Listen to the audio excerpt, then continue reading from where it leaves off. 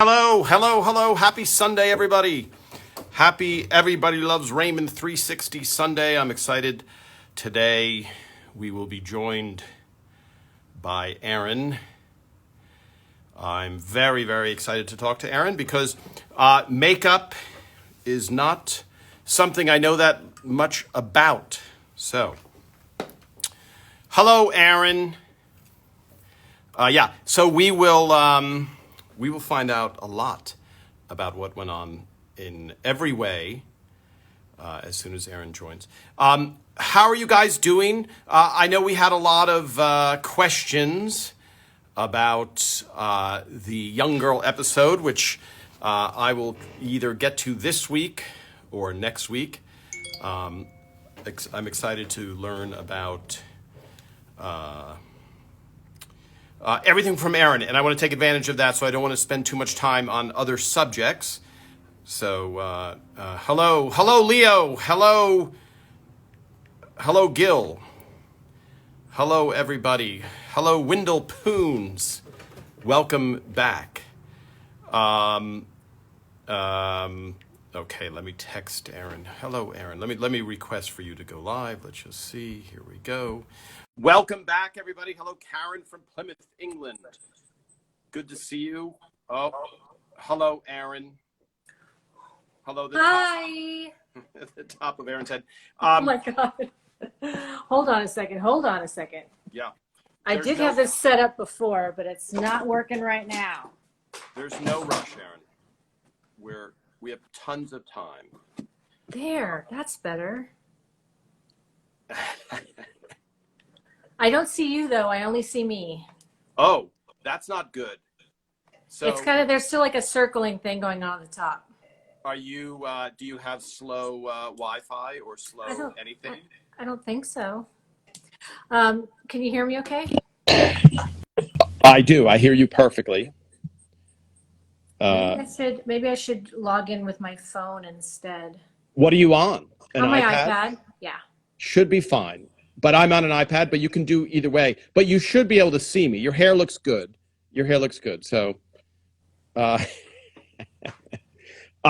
so everybody can see both of us and hear you. So it's your choice, Eryn. If you want to log off and log back on, it's your call because okay. You don't. What are you seeing?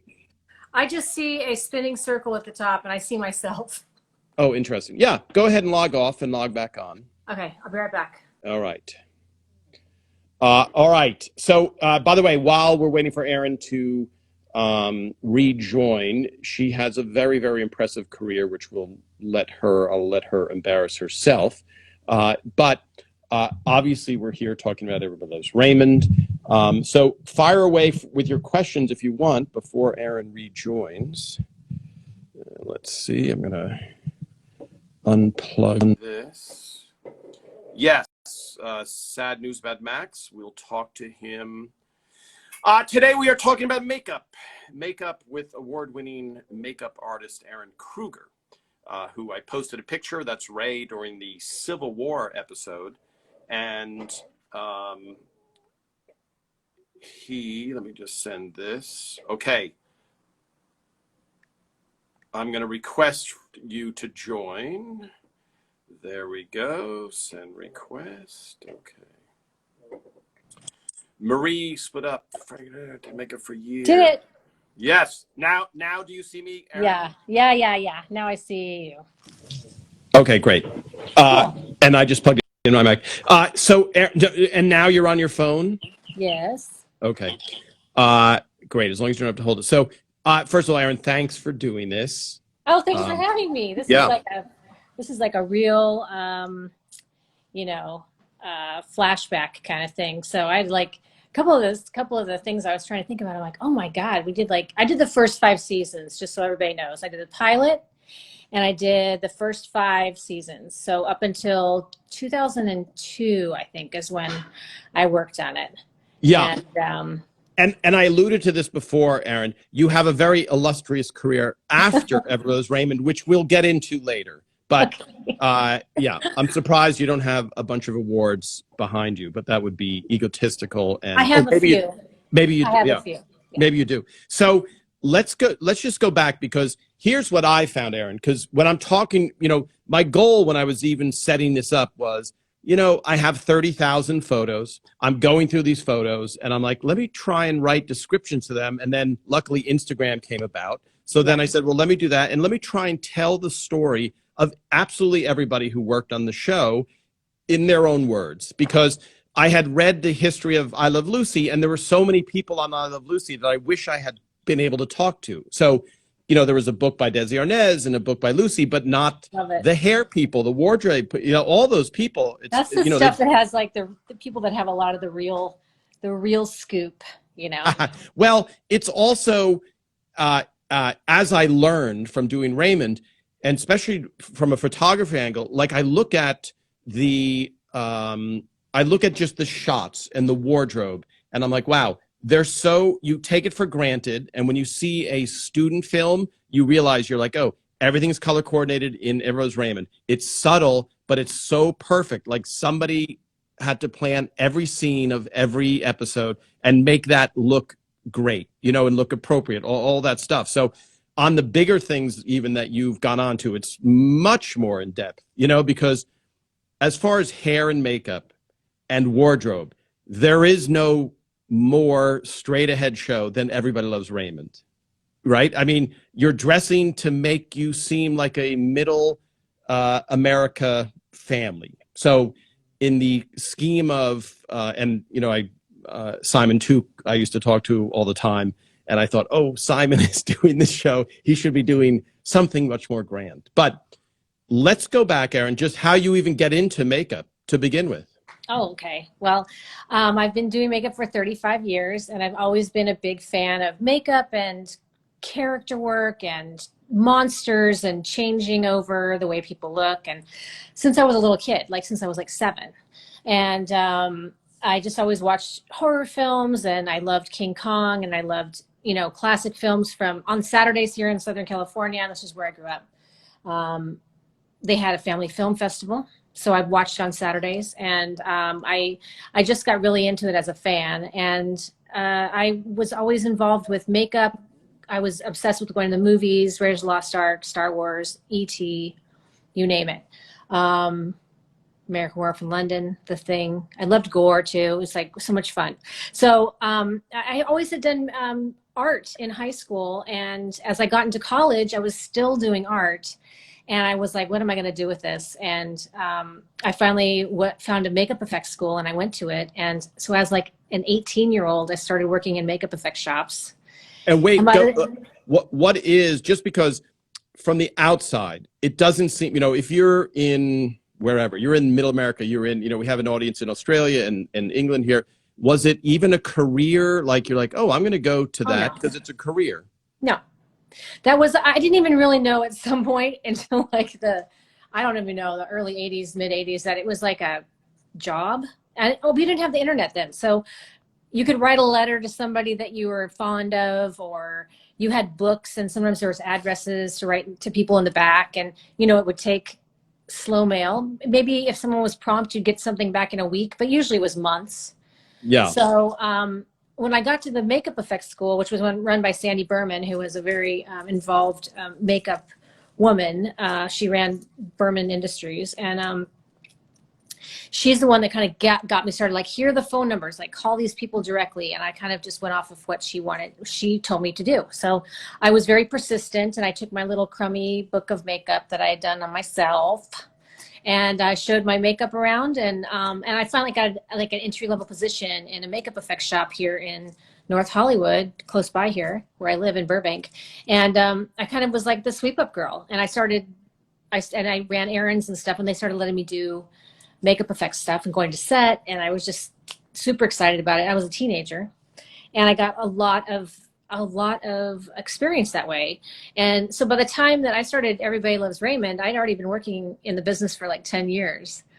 So, and I'm going to go back, just for a lot of people watching, ask questions about getting into the show business. And I think that the thing that you just said is probably the most important advice that I give, which is just, you have a very specific desire, which is awesome. But if people don't know what they want to do, just get onto a show in some way, and people are looking for people with more important than anything else is a good attitude, who are like, when you said sweeping up, it's like, yes, you're looking for the person for writing, for example. They're looking for the person's like, okay, I'm willing to learn and watch and maybe get coffee, not, hey, I wrote a script and you guys should make it. And if you That's don't make right. it, you guys are idiots. You know what I mean? Like that, because you are in a business that you're in really close quarters with a lot of people, and you have to be willing to collaborate. And on Everett Raymond, it was 130 people, which from the outside, people are like, really? I thought it was like 20 people, and the cast kind of go around and do stuff. So go ahead. So now, by the time Raymond starts, you've been doing it for a while. Yeah, I did. I had done a bunch of film work, and I'd done I really hadn't done much television. I'd done mostly films. And so, yeah, I don't even know if I'd done any television, but but I, like you're saying now about getting in the business, my bosses that I worked for earlier always said, we always knew you'd say yes. Like I was always like, yeah, I'm not sure if I know how to do that, but just show me and I can figure it out. And if you have some elbow room to let me try this, I can do it. I know I can. And it was always like, show me once and I was good. So I was always like, yes, let's do this. So my friend Melanie Hughes Weaver was the department head on the pilot. And I knew that she called me to be her key on it, on Everybody Loves Raymond pilot, which was, we shot it at, in Hollywood at the Lot. I think it was at the Lot. I thought the pilot was at Universal. I wasn't at the pilot, so I'm going to, whatever. Maybe. I thought it was at Maybe it Universal. was, but we shot it at a different lot than when where we went to for the show. Right. Because we were at Warner Brothers. But we went to Hollywood Center year one, then to Warner Brothers. Yeah, we were at Hollywood Center. That's where it was. Yeah. And so, I think the pilot was at Universal. Mind you, that's 1996. So, hello, people. That was like 25 years ago. Well, Eryn, I have the same hairdo as I did in that picture you posted of me, though. So that's good. By the way, I have a picture of you that I didn't post because I'm 99% sure it's you, but you're wearing like a long coat. It's during the Good Girls episode. And I literally saw, and it's from behind, you have straight blonde hair. But I'm like, oh, I think that's Eryn, but let me not post it. And then I have another one of you bending, like you're almost, your head is just cut off, but I will post it. I'll send it to you and you can tell me if it's you. So now let's just explain for people watching, because there's a lot of questions about, can you work on another show? When you get that call for pilots. So I'm just going to explain this to people. During pilot season, there might be 15, 20 pilots getting shot. And you hope, usually it's people that have worked with other people. You hope that you get on a Friends or a Seinfeld or an Everybody Loves Raymond, because if you have no idea what's going to work, Ray Romano is a completely unknown person. Phil Rosenthal has never run a show. If you're going to bet, you would probably bet on the big names that were going that year for CBS, like Ted Danson and Bill Cosby and Rhea Perlman.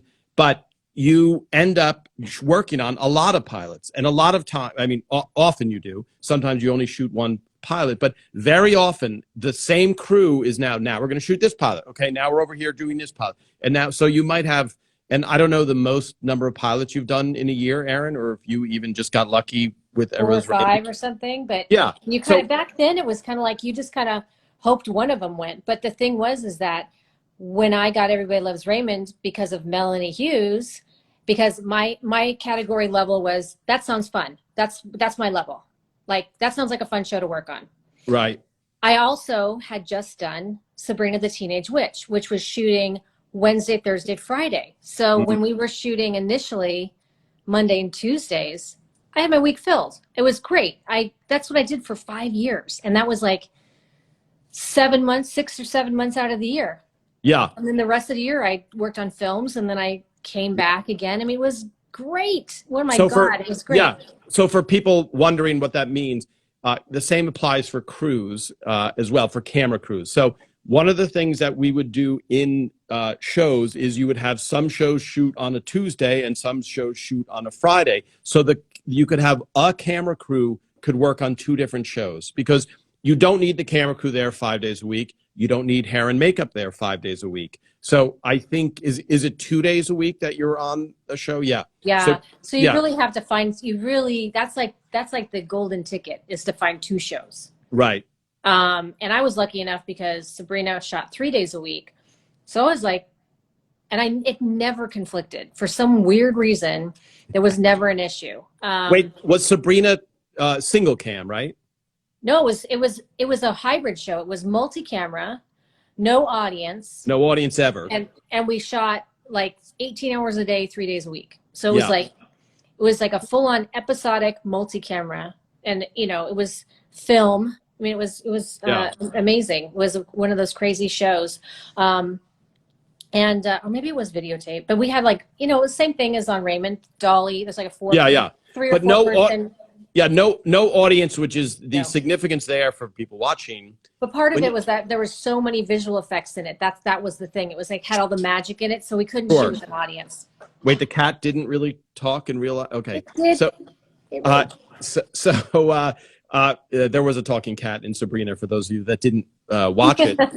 And the truth was, season 1 of Everybody's Raymond, Sabrina the Teenage Witch was on Friday nights. That's right. Televised. And for those of you in England and in Australia, we had the big 3 networks. And so you would have a certain network, and CBS at the time was doing exceptionally poorly. And so Sabrina was doing much better in the ratings than Everybody's Raymond. Everybody's Raymond was supposed to be canceled at the end of season 1. Everybody's Raymond was 84 in the ratings at the end of season 1. So, and it was airing the same time, exact same time. Right. So CBS and ABC. Yeah, Eryn was working for a show that was beating another show. And if you were going to bet at that time, Everybody's Raymond would not be here today, and Sabrina would be. So, all right, Eryn, a lot of compliments on your hair, by the way. Oh, thanks. Yeah, and now, so sorry, going back to, just because I'm reading some of these questions, the woman that what happened to her? The woman that hired you for Raymond, she didn't. So Melanie is a big film a makeup artist, and she was going to do Speed 2. And she was leaving. And so she said, I would love to let you have the show as the department head. And I said, great, I would love to. So it worked out really well. And I ended up bringing Shelley Woodhouse Collins on. And then eventually my friend Christine, that was helping me out with Sabrina as well. Right. So Shelley came on and took over. I just directly she took over Patty and Peter, and I stayed with Ray and Doris, and I did Robert too. Brad, yeah. So let's go back then, because I know people will ask. Because I even see, so not knowing anything about makeup, and obviously I would go into the makeup room with my camera and take a ton of pictures. So, and I'm sure I have 100 pictures of you that have yet to be scanned. But when that relationship happens, so in other words, here's Doris Roberts, and what's getting me to this question is I have a lot of pictures of like Patty putting on the last of her makeup. So just because Doris is a great example, when you're first like, hi, I'm Eryn, and now I'm the head of makeup. I'm exaggerating, obviously, but you go, hi, I'm Eryn, I'm head of makeup. Like, do you have any prep? Like, what is that initial? Because women are they know their faces. Okay, well, it's actually Doris, because Doris is classic. She's been working already for, she was a young woman in the film business, Yes. She was a very young woman when she started. And so she knew she was classic makeup, which is like 4 different foundation colors, everything is sculpted in. I mean, you guys are talking about all the crazy influencers and contour and all that stuff nowadays. She was doing that already. She's like the innovator. So she taught me a lot, because even though I had already been trained that way, she taught me a lot about how she wanted to look on camera. And it was a very theatrical makeup. It was very blended. She liked to wear her lips a certain way. She liked to have her eyes done a certain way, but she liked the way I did her. I did her a lot for her personal stuff too. I was at her house all the time doing her for personal. events. And I've never met anybody with more energy in my life. I mean, there were times, you know, when we were at the NatP convention in New Orleans, when we'd be like going to parties every night, and she would be dragging me to parties. Like I was like, I am Yes. exhausted. And she's like, we're going to go to one more party, one more party. And Like that, she was and that, just yeah, totally into it. She was I can, amazing. I can vouch for that. So, but let's go back now. You're sitting with Doris for the first time.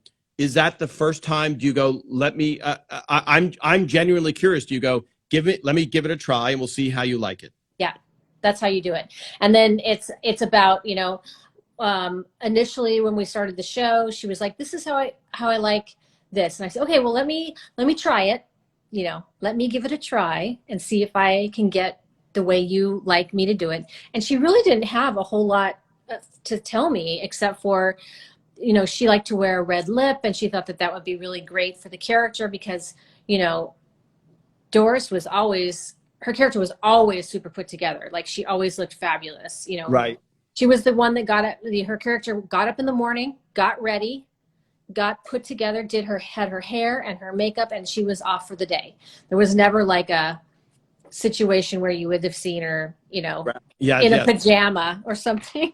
Yeah. So, And I think that's a great appeal for that character yeah. because she took so much pride and also in person. I never saw Doris looking in anything but Doris. You know what I mean?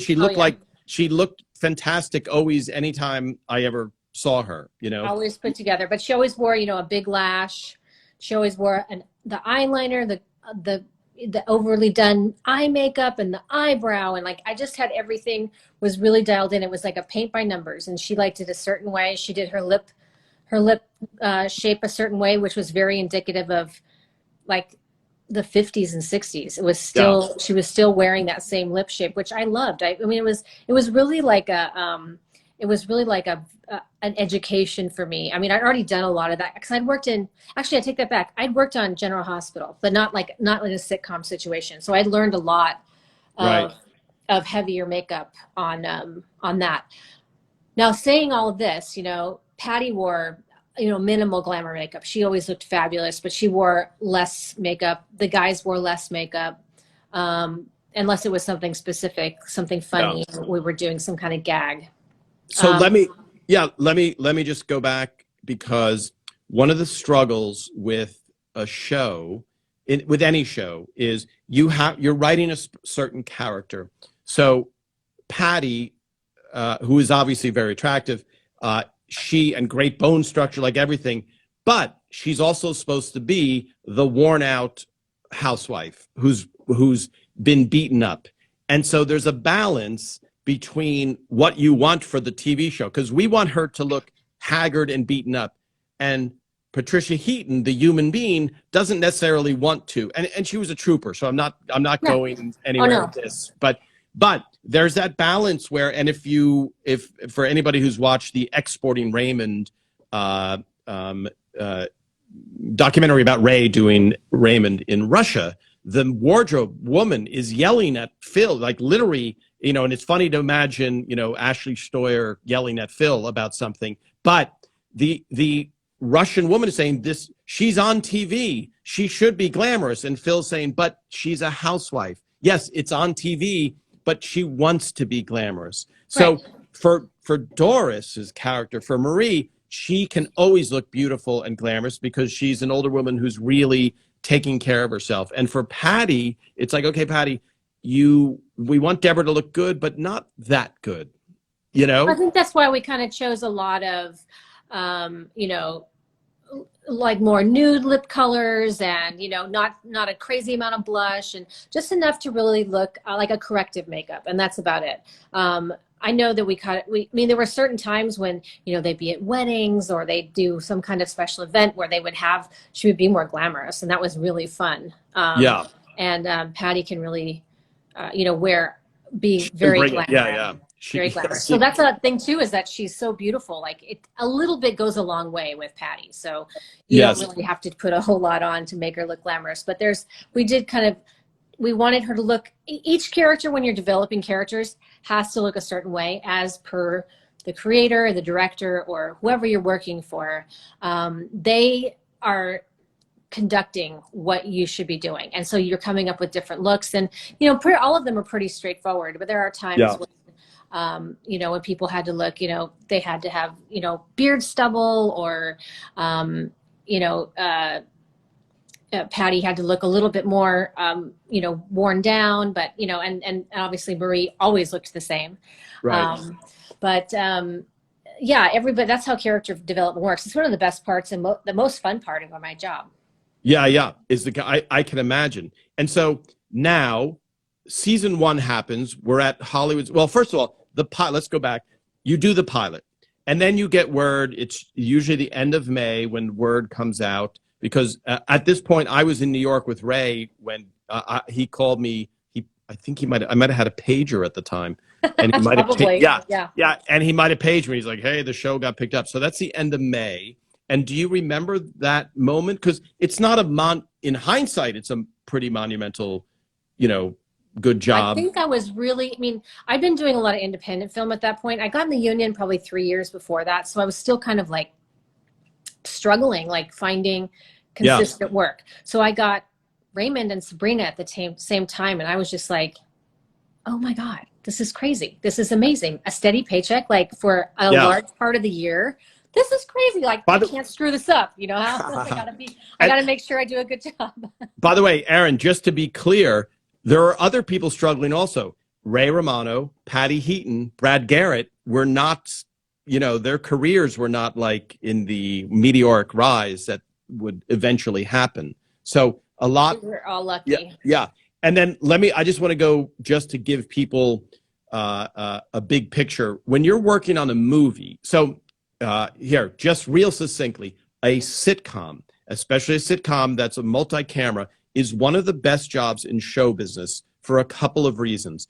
When you're on a multi-camera sitcom, for the most part, a hybrid is slightly different, but your hours are fantastic. Yeah. So it's the easiest job. It's hard work. It's hard work in that it's intense work in a short period of time. But when you're on a single camera shoot or when you're on a movie shoot, your hours can be 12 hours a day. You're out someplace. You're all of a sudden, hey, we're shooting this, and you're in a tent and it's really hot out and you're doing makeup. Or you're in a small apartment building in Brooklyn and your makeup room is the kitchen. And so so when you have a sitcom that's on the same stage and you have your kit there and you have, you bring your kit in, you say, it's a really, really great job. And for the actors also, for the actors, it's the least amount of work that you have to do as an actor, as far as just the amount of hours. As far as the hours go, but the intensity of learning all of that stuff in such a quick period of time. And that's one of the reasons too why they ended up changing to a Thursday, Friday schedule, was because it was easier to do like a run up to it and not have that weekend break.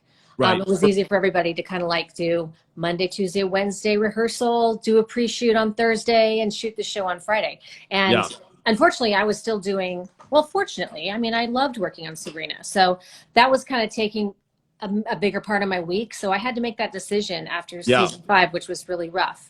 But that's as far as hours go, it's so great. It's such a wonder. And at the time I was raising my stepson, who's now 29.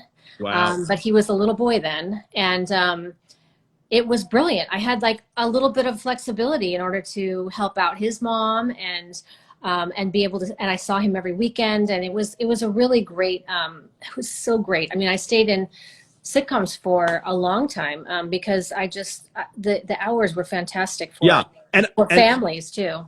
I just want to be clear. It's not that, the actors could do it in their sleep. It's just that when you're doing a single camera, unlike a multi-camera, you shoot once or twice, you shoot twice or 3 times, let's say, in front of the live audience, and you move on.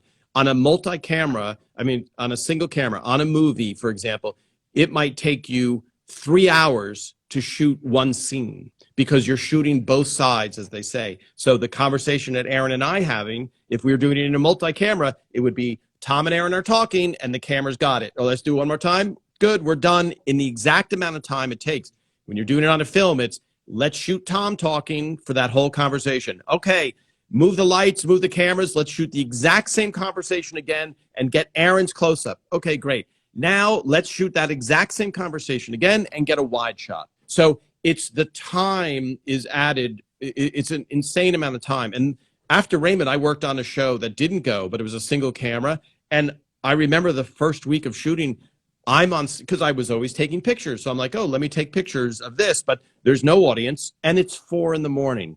and I'm taking pictures. And the poor star is just like, I'm like, how are you getting a level of performance from this, you know? So yeah, just to be clear, it's not that the actors, it was a walk in the park. It's just by nature of how they shoot it. It's just, you know, a lot less time. So now, Eryn, as a question, I'm just scrolling through these questions, which unfortunately are over your face, which a lot of compliments about your hair and makeup. Thank you, everybody. Yeah. So when you're there, because you're almost like people start confiding in you, I assume. So when Doris had a rough night, does she go, oh, 4 hours sleep last night, you got a little bit of work ahead of you? Yeah. And a lot of times too, you'll talk to the DP or you'll say something about, you know, making sure that the lighting is good. DP is the director of photography. Yeah.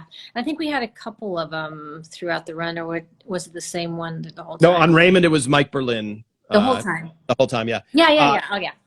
The other thing is that, you know, when we're talking about people looking different, Everybody Loves Raymond was the first show to go HD, and that was before we had HD, that everybody had HD television. And I actually was asked to do like a seminar about it, about like, how do you do HD makeup? And it was kind of like, I didn't have actually much information because we just did a lot of testing. So when we changed over to the HD cameras, we just tested out all the makeups, made sure we made adjustments to make sure that reds weren't flaring, because that was like a big thing back then, was that the reds would flare. Mm-hmm. So we had to make sure, I changed Doris's lip color and made sure that she looked different, a little bit different, to look good in camera. And so there wasn't a whole lot of information about HD cameras at that time. And so I really had to like research it. So that was one of the challenges we had on that show, but it was like, they were at the forefront of, and when you hear HD camera, everybody has that now. And you didn't even know what it looked like. So that. and yes. And an added thing was, so Everyn Raymond shot on film, so it could be HD at any point. But once it went HD, then what Eryn's talking about is you saw flaws. So we had to, you're worried about the actress's face, they had to redo the house. Yeah. They had to redo the floor because the floor was fake. And so I think they had to go back. Well, I know this for sure. They had to fix the wallpaper. They had to fix because people at home would go, it looks like a set versus a real place. So for you, it's added pressure. And I know at one point, I don't know if you were there then, but at one point, every single camera added a softbox light to the front of the camera. And I don't know what that motivation was. In other words, I don't know whether Doris said, I got to look better. You know, back then, we're talking about the technology increases and improves exponentially in months right now. It's just like stuff you'd shot like 2 years ago doesn't have anything to compare to today. So at that point, it was foreign territory. I mean, we just had never even done that before. So everybody was just kind of like, make that adjustment, you know? So it was really harsh. HD was harsh. And every makeup artist and hairstylist, people that wore wigs, like the wigs, the lace front and everything, those were all, it was terrifying because everyone thought this is just going to look terrible. But honestly, once we started, and then they realized that they needed to do a little bit of like a soft filter on the front of the camera and a little bit of a diffusion of light, that helped a lot of stuff. And we were all, because there was a lot of stuff where, you know, where Doris and everybody was kind of like, I look weird. It's like, okay, well then we need to like do a little different lighting. And so it was just like, it was trial and error until we figured it out. And we did figure it out. Yeah. And then it just improves as the time goes on. Now, when we do, you know, we're using HD cameras on film or, you know, on television shows. A lot of them look like film now. So they've improved so much. So you don't have to do quite as much. I think, Eryn, to your point, Eryn, the cataclysmic change was astounding after 2000. So really, you probably could have gotten into the makeup business in 1945, and not a lot changed between 45 and 2000. It was all incandescent lights. It Right. was all 35 millimeter film. There was no big change. And then all of a sudden, from 2000 on, because we saw it with photography also, I used to travel with a bucket of film. This speed, this speed, this speed. And all of a sudden, Yeah. at Warner Brothers, they went in 1 year, they said they went from 80% film and 20% digital, and it flip-flopped in 1 year. And so for you, it's a challenge because every flaw, it's much more forgiving the old days. Oh my gosh. Film is much more forgiving. And now, and if you get on a show that's using film nowadays, it's just like, oh my goodness, this is amazing. But I remember also it went from continuity photos went from Polaroids to digital within a week. Like it literally changed in a week. And it was right around 2000, 2001. It just all of a sudden it was like, I have a digital camera. And you were like, well, what do I do with that? Oh, you have to take this card out and put it in this printer and it would print your pictures. And you're just like, like it was like one of those things like you had to just, it was a huge change. Like around there was a huge change. And I don't know, Eryn,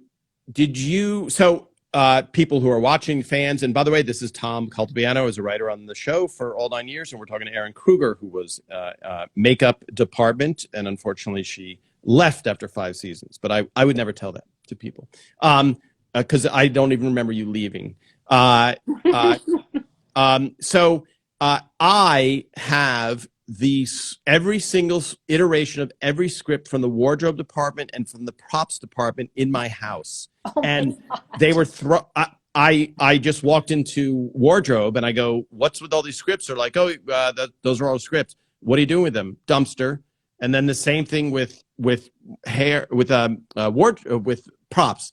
And so I go, oh boy, I don't really want to take 210 times 5 different scripts to my house, but I did.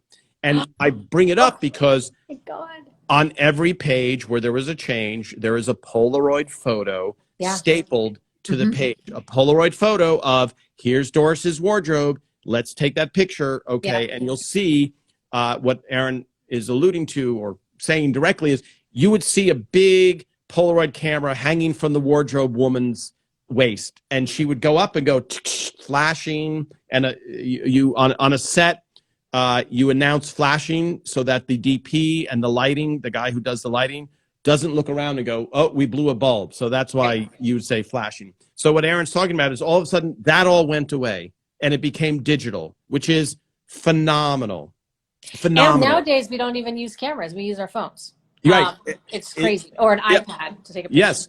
It's crazy, Eryn, because when this is a tangent, but when the iPhone was announced, who knew that, hey, say goodbye to, everybody in the watch industry should go, geez, I wonder if that's going to mean for us. Everybody who sold like thermometers or so many things went away because of this one device, not knowing your industry is going to be affected in such a positive way. Yeah. Because you can also share a photo so easily to problem solve and stuff. And just from this is just a funny thing that I was talking about with another writer the other day. We had no texting during Everest Raymond or I Love Lucy. So there was no like, oh, let me clear up that. Let me just text them. Like that would have killed so many of, or you can track now where people are going in your family. That just shows up, that person has shown up. So I'm going to go to some, this is great, Eryn. I know it's going to happen. We're going to run out of time. So you're going to have to come back. And I apologize. My God, it's already 45 minutes ago. Yeah. I apologize.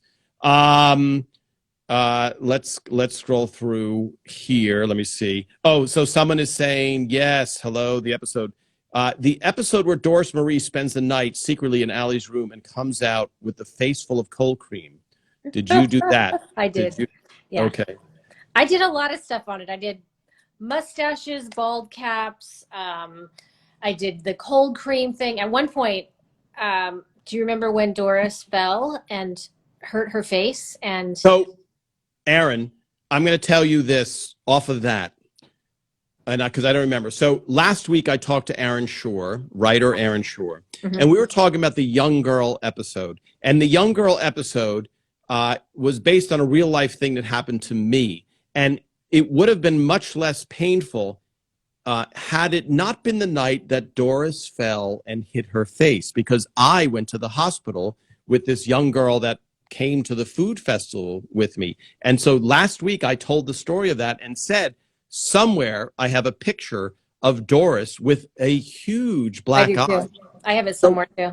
so what did you do for that? Because that was really bad. She, you know, Doris liked to go out and do social stuff. So she had gone out like it was, I hope I remember this correctly. And It was a food festival at Universal yeah, Studios. yeah, it was at Universal Studios up at A City Walk, right? a charity. Yeah, a It's charity the thing back that she lot. was always at the back lot, right? She was always doing something. I mean, every Right. night she was going out. She went out and did all kinds of stuff. I mean, I would never. I mean, when I started Everybody Loves Raymond, I was 28. Okay, Yeah. she was 70. I mean, she was dragging me around to parties. So, and I was like, "Ooh, I need a nap." Right. So, I got a phone call from somebody. I can't remember who it was. Probably a producer, and it could have been Lisa. Lisa, And probably. she was like, "So this is what's happening. Doris fell and hurt her face, and we'd love for you to see." It was probably on a pre-tape day, I'm guessing, to see if we can do something with it. So she came in, and it was literally half of her face was Yeah. just swollen all the way down her neck, like black and blue, with like it was so Yeah. gnarly, Not so good. gnarly. But it was literally half of her face. So we made up. I should say I made up half of her face in Marie, right? And they shot the entire episode with her in profile. Yeah. It was the Thanksgiving episode.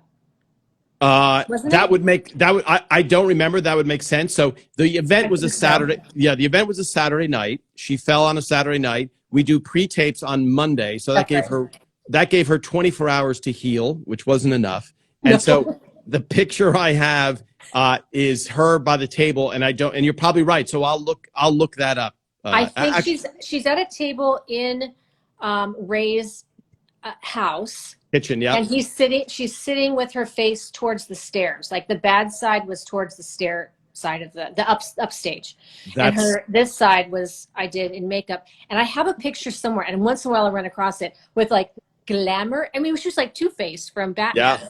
right? Yes. This was glamorous, and this was, I mean, destroyed. It was so bad. But much to her, Didn't incredible complain. stubbornness, I was like feeding her arnica pills and like putting cream on it, doing all this stuff. By the next time, I was able to cover it with makeup. Like she healed in a week so quickly. Yeah. It was crazy. I mean, Yeah.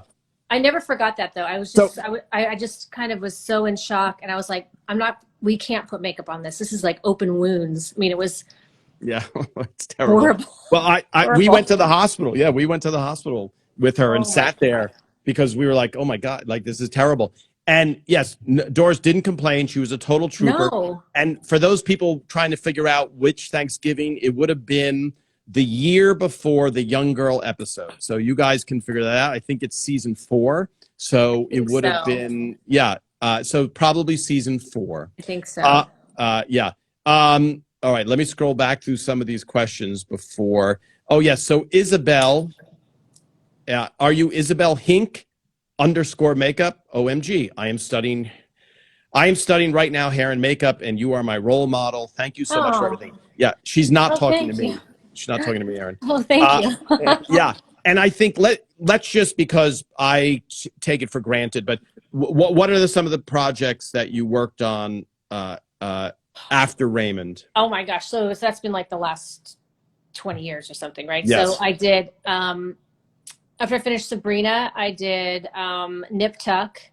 I did Glee, American Horror Story, Flags of Our Fathers, Letters from Iwo Jima, Running with Scissors. I've been on American Horror Story off and on. I did the Versace TV show. I did the Feud TV show. I did, oh my gosh, I've done The Prom. I've done Hillbilly Elegy since then, which I got nominated for an Oscar for this year, which was amazing. Congratulations. So much fun. Yeah. And yeah, it was a thrill, a total thrill. Yeah. Even with COVID times, like it was an incredible experience. And I did what other films have I done since then? So many. I mean, like I've done all kinds of stuff. So I've been really busy, and I still love makeup after all these years. So yeah, and I think that passion obviously comes through. You're also a nice person, so people like to work with you. At least you've been semi-nice to me all these years. Now, and by the way, I'm going to say I've been just for this is for you, and you probably know him, but through a friend, I've been to Rick Baker's house a few times. Yes, and he's a friend of mine. Okay, so for those of you watching, Rick Baker, I think maybe has 7 Oscars for special effects makeup. Yes. And he loves it. He just loves it. You get the feeling, and that's what you're looking for in anybody. You're looking for that in your chef. You know what I mean? At a restaurant, you're looking for that for someone who does that passion. And yes, the industry is really tough. So it's very easy to say, I like makeup. I don't like the business of, because it's really a tough business, Hollywood. It's just not, it looks great from the outside. But it's so much. I mean, I always say to people, if it was just makeup, wouldn't that be fun? But there's just so many other things about being a makeup artist, about being a department head, about, dealing with all kinds of stuff with people, actors that have had doors falling on her face. Patty's had a baby, Ray's got the flu or whatever it is. Like there's so many things that are going on in people's personal lives that you're there for to witness, to help with. You have a ton of personalities that you work with on your team, in the makeup room, and the highs and the lows of all that. And it's an incredibly rewarding job. I never could have picked a better job. It's just like I love it so much. It doesn't feel like a job to me. I mean, there's times when it's so hard, but it's also incredibly rewarding. I found a picture that I'm sure you've posted this already, but I'm see if I can put it up here. It's when everybody was the Addams family. Oh yeah. So did you do that? Yeah. Okay. Well, so just so you know, that's awesome. So that was an ad campaign where the cast is made up to look like the cast of the Addams Family, which was a show in the 60s here in the U.S. Yeah, that's awesome, Eryn. Yeah. Look at Peter. Yes, Peter's as Uncle Fester. Uncle Fester. Yes, Brad is Lurch. Grandmama. I mean, it was like a perfect thing for them.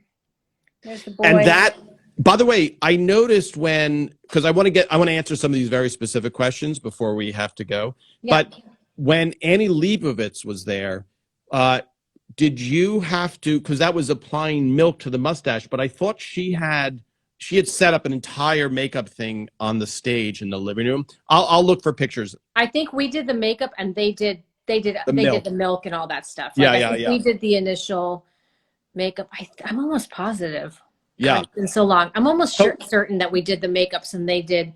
I didn't do the milk part. The milk, yeah. So I just want to go. Let's do answer questions. We'll do. We'll do power round. Yeah, and by the way, this is just a complete side note, but Ricky's Room. We will be going live at some point from Ricky's Room, which is George White, the writer's assistant's house. He had a bar in his house, and some of us would go during Everose Raymond and drink there afterwards. Okay, I'm answering questions. Oh so now, Eryn, on the show night, on film night, you guys, for doing touch-up, you're sitting there watching, right?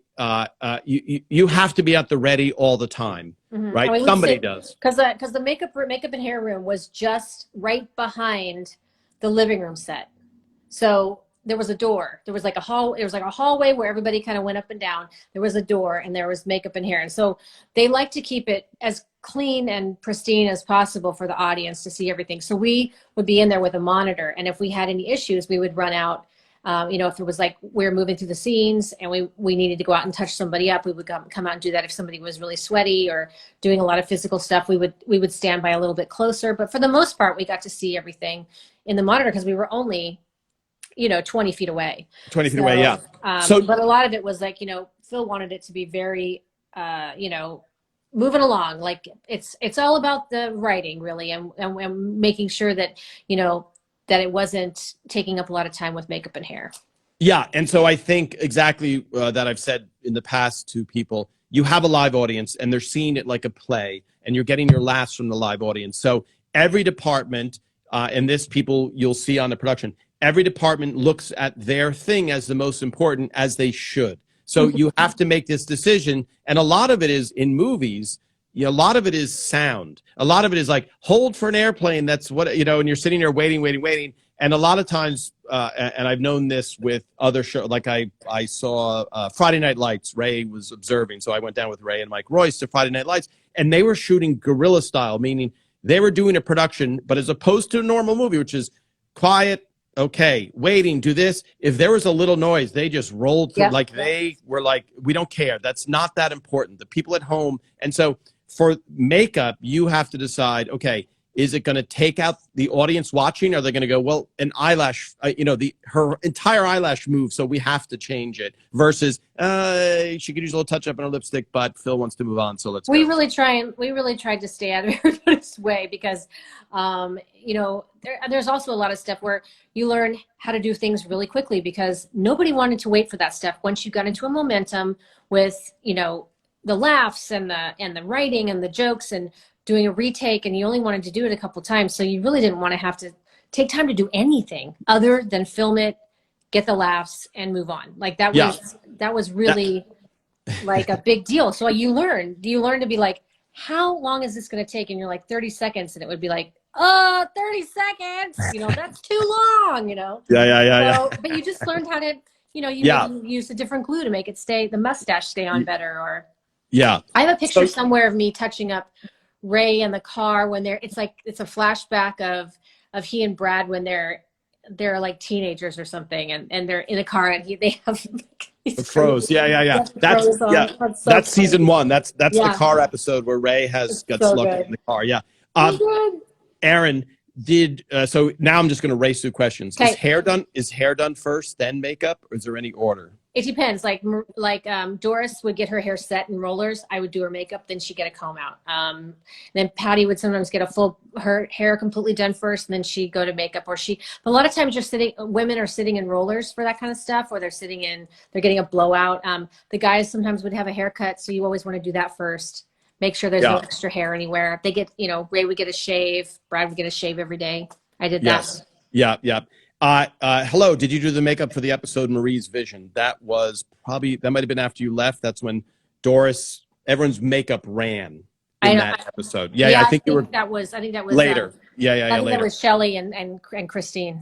Yeah. By the way, I have a picture of Shelley on set with a little teeny fan drying off Peter Boyle, whose hair, because it was so hot under the lights, and he didn't have a lot of hair to begin with. He just had a little curtain that would kind of go. Yeah. Yes. Yeah. Okay. A lot of compliments. I love Peter. Yes. Peter. What a sweet, gentle man. Okay. Let me see. I would always be able to like go about a month or so, and I could re-ask him questions about Young Frankenstein. And he would be like, oh, well, it's this, that. Like he'd forget that he'd already told me, and I could get him to talk about it again. It was so great. That's funny. Yes, Robert, when Marie, Frank paints the house, that was a type of paint that's it's I have the name of it somewhere. The Rhonda from Props told me I think it was tempera paint. That's it. Tempera paint, yeah. That is a little bit thinned out. Yeah. Now, did the kids, the twins or Madeline have any makeup? Not initially, not until they got to be older. Yeah. Okay. And I know, by the way, being friends with Ray, he hated makeup. He just hated being in makeup. He hated for anything, nothing to do with people doing the makeup. He just hated makeup. Mm-hmm. And it's funny because not having ever worn makeup, or although I guess maybe when I hosted stuff, but it didn't bother. But for some reason, Ray would be like, "I don't want to put on makeup. I can't." It was like get him in, get him out. It was like, but you know, we always had a great time chatting. I would probably do his makeup in about 10 minutes. I mean, it was like a quick thing. Mostly, it was like the shave, you know, shaving, and then a little corrective, make him look a little sunny, and yes, you know, because he was a sports writer, so you would think he would be outside a lot as a part of the part of the Sure. character. But yeah, Sure. he was uninterested, but we had a great time together. Yeah. I think this is for you. Are you wearing makeup now? You look naturally beautiful. Oh, So thanks. yeah, that's not for me. I have a little powder on, a little blush, a little Yeah. mascara, and a little lipstick. That's about it. Yeah. Lateness, the lateness episode. I don't even remember that. That was hair, and that was Ralph, because I asked Ralph, Patty comes down, Deborah comes down with a hair curler Oh, yeah. in her hair, and Ralph said he tied it, he used black thread to a lot of compliments about Patty. Yeah, was makeup different for Patty when she was pregnant? No.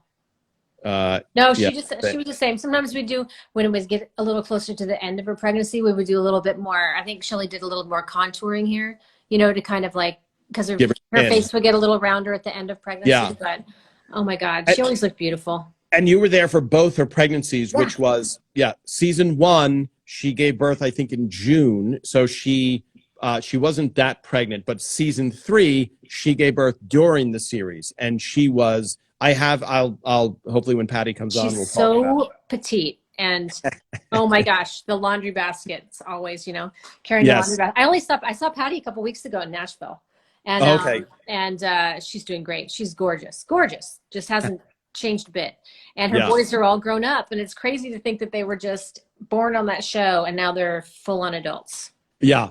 Ray's kids also, little kids. And I've worked with Matt Gregg. Matt. Yeah, I've been working with Matt. I worked Kimmel. over at Jimmy Kimmel. Yeah. Okay, yeah, that's awesome. He pretended he remembered me, but he doesn't because he was a little boy. yeah. How would he? What were some of your favorite episodes to do makeup work on? That might be a big question, but. Oh my gosh. Well, usually it was something,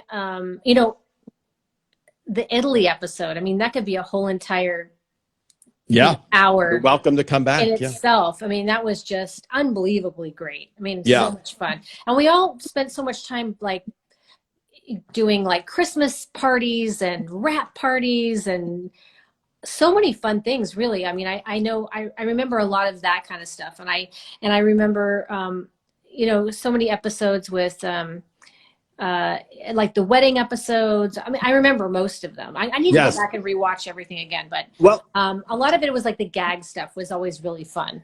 Yeah. Eryn, I would say this, because you've had a lot more experience on diverse things, but the thing that I do hear from a lot of people is just that family feeling on Everyone's Raymond. It was a very welcoming, a very warm set. And I'm sure, I don't want you to name names, but there's shows I've heard of where I was talking to somebody who worked on Raymond, who was an executive on another show, and she said, we don't even have enough people who would be willing to be in the room together to have a Christmas party. And I was like, yeah. And I'm like, really? That's terrible, because you do, especially on movies, you're thrown together in this intense experience for a short time. And in many times it becomes like a family. And I think Phil and Ray. Imagine that. I mean, it was the same with Sabrina. Like, it was like at the holidays, every weekend was like a Sabrina party or a Raymond party or at somebody's house. Like, oh, I'm having a party. The whole cast and crew would be there. It was just like, that's what it was. Yeah. I can't imagine. I mean, I've worked on, most shows I've worked on have always enjoyed spending time together, because as dysfunctional as it can be sometimes as like family members you have to get in, make friends quick, enjoy each other's company, and you're gone. I mean, it's like, it's really crazy. So when you get on a show that's 5 years, 7 years, 9 years, those are your family members. I mean, that's just, I still see people all the time from Raymond, even though the reason like I said, the reason I left was because Sabrina conflicted. I think I was the only person that left. I think, it's sad to hear. It's sad to hear that you had to leave. But so sorry, I'm going on to specific questions because I'm not that sad because you went on to tremendous success. Did you do Stefania's makeup? That I think that's more towards you, not me. Alex Meneses, because you were there in Italy, and then I think when she came, so maybe did Shelley do her makeup? I can't remember. Yeah, I'll ask Alex, who was Alex Meneses, who was a model So she's used to being in makeup. Now, here's an interesting question that's not makeup related, but do you have a prop from the show? Someone asked. I'd be shocked if you did. Oh, I might have a mustache or something. I'm sure I have. You know what I have still is like the unbelievable presents that were given to us on a like every year was like, here, 25 presents from like, this is from this writer, this is from that writer. Yeah. Everybody was outdoing each other.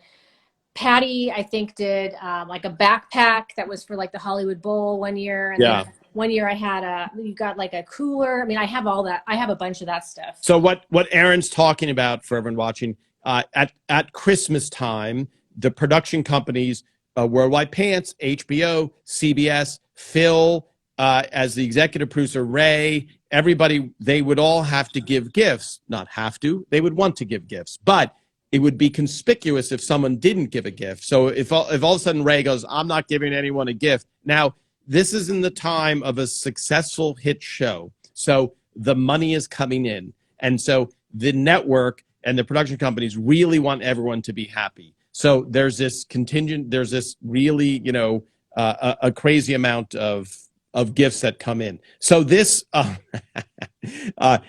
just laughing at this, which I have no idea why people are noticing this. Why do actors on TV always wear their shoes in the house? I'm sure that's for safety. Well, in the U.S., you do wear, in Asia, obviously you take your shoes off, and it's like it's weird to wear your shoes in the house in Asia. In the United States, it's not unusual to wear your shoes in the house at all. And then somebody wrote here, I noticed that it's cringy, especially Deborah's shoes for some reason. They were always so big. They wore them on the bed too. Interesting. Yeah. I don't know why that would. Maybe, probably someone had an issue with seeing the bottom of somebody's feet, or they didn't want to see anybody's socks. Like, so they just left their shoes on. Or also because we were shooting so quickly, it's like, just get off the bed and go to the next scene. Yeah, I mean, and Ray, it could have been a million things. I think there's a Christmas episode, All I Want for Christmas, where Ray is vacuuming in his underwear, and I can't remember if he's wearing socks and slippers or if he's just wearing socks. But it was like a big deal to like have the socks on. Everyone was afraid you would slip on the floor, coming down the stairs. I mean, I think a lot of that has to do with safety. Yeah. Yes, the episode where Ray comes home, Who's Handsome, I think, is with all the greased up hair and the tan thing. Yeah. That was season 1. Leo from Toronto, and then we're going to have to say goodbye until we see you again. Who decides the makeup for each episode? Cast, writers, producers? Well, we kind of covered that with the character development. So a lot of it has to do in the beginning. You start with character development, and then there's like little gags like in some episodes, and so you end up kind of rolling with that, figuring it out, what Phil wants. It has everything to do with the boss. So whatever the boss wants. And by the way, for the makeup, people love the Frank Paints the House episode where Doris gets sprayed. I think we only did that take once. Yeah. She didn't have to come out and look good again, camera ready after that. It was the very last shot that we did. She didn't have to get washed off and then remade up. That would have taken a lot of time. Do you have any tips for getting into the film industry when it comes to makeup? Oh my goodness. Well, I didn't really have a whole lot of schooling. I went to this makeup effects school that was kind of like random that I found it, but there's so many schools now. I mean, that's a great way to get into it because they have a little bit of a placement kind of program at the end where you sometimes I'll need somebody to be an assistant or something. I'll call the schools. They'll give me their best student. Right. And so a lot of the times that happens. And then you kind of work towards getting into the union as you go along. Do anything anyone asks, take lots of pictures. I mean, as far as doing anything anyone asks, work on student films, work on student films and work for free in the beginning. And eventually you get paid. It's just that's how I did it. I worked on, there used to be a thing called Dramalog, and in the back, they always were doing student films, and I would apply to all of them, and I got experience that way. So a lot of it has to do with that.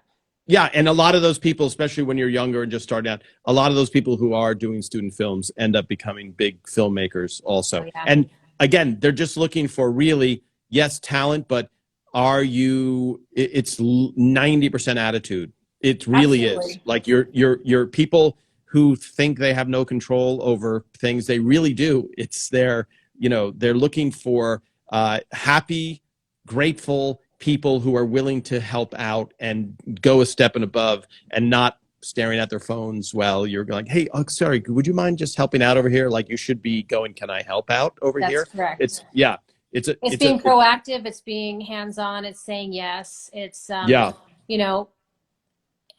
common sense. I mean, there's a lot of that. So that helps out a lot. And eventually, if you really want it, you get in. Yeah, and if you and if you really, really, really want it, you move to Hollywood, you live with 5 roommates, you keep your money low so you can work. There's a lot there. You That's really what I was doing when I did Raymond. I was living with 5 people. That's hysterical. So, Eryn, I will ask you back in a little while. Cool. I want to talk to our friend Ralph, who is almost never on Instagram. Oh my God. And so he's never, I never get to talk to him. He'll randomly show up and like, hey, what's going on? I don't get to see him very often either. He's a busy guy. We're talking about Ralph from the hair department. Ralph all right. Avalos. Yes, everybody, if you have more questions for Eryn, just write that.